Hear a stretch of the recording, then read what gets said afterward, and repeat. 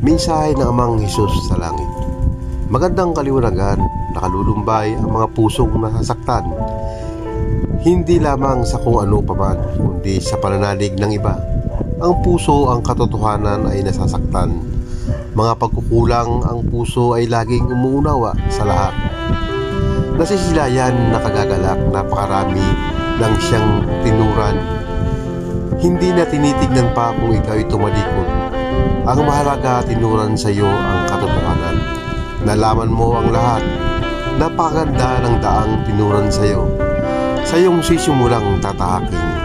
Ngunit kapatid, sa iyong pagtalikod ay kakaharapin mo ang dilim na di mo batid kung saan ang iyong paroroonan. Hindi mo masisilayan ang iyong dinaraanan. Napakaraming katanungan sa iyong isipan. Ang lahat ba'y ibinigay? Ang lahat ng iyong ninanais na kasagutan. Ika'y gumawa ng paraan makarating lamang sa tahanan ng aking Amang nasa langit. Ngunit nang tinuran sa iyo na ikaw ay magpatuloy, napakarami ng iyong dinahilan. Natanggap mo na ang iyong kagalingan. Ngunit paano ang iyong pagbabalik sa ating Ama sa langit? Ako'y nagturan, marapat pa ba anak na malaman mo ang tunay mong katauhan kung ako lamang ay iyong tatalikuran? Ano ba ang kahalagahan ko sa iyo? Gaano ba kahalaga ang tinuran ko sa iyo? Marapat na iyong matanggap ang sandata ng kahinaan bago mo maabot ang sandata ng kalakasan. Yaon ang iyong mga pagsubok. Pagsubok, anak.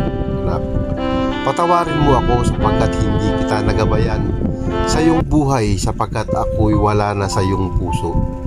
Maging bukas nawa ang iyong pintuan sa liwanag ng aking Ama na iyong Ama sa kalangitan. Huwag kayong mawawala. Huwag kayong mawawala higit sa mga tinuranan ko na aking mga apostol. Huwag kayong mawawala. Nariyan lamang ang butas na iyong babagsakan. Ngunit aakain kang muli sa kaliwanagan. Maraming salamat.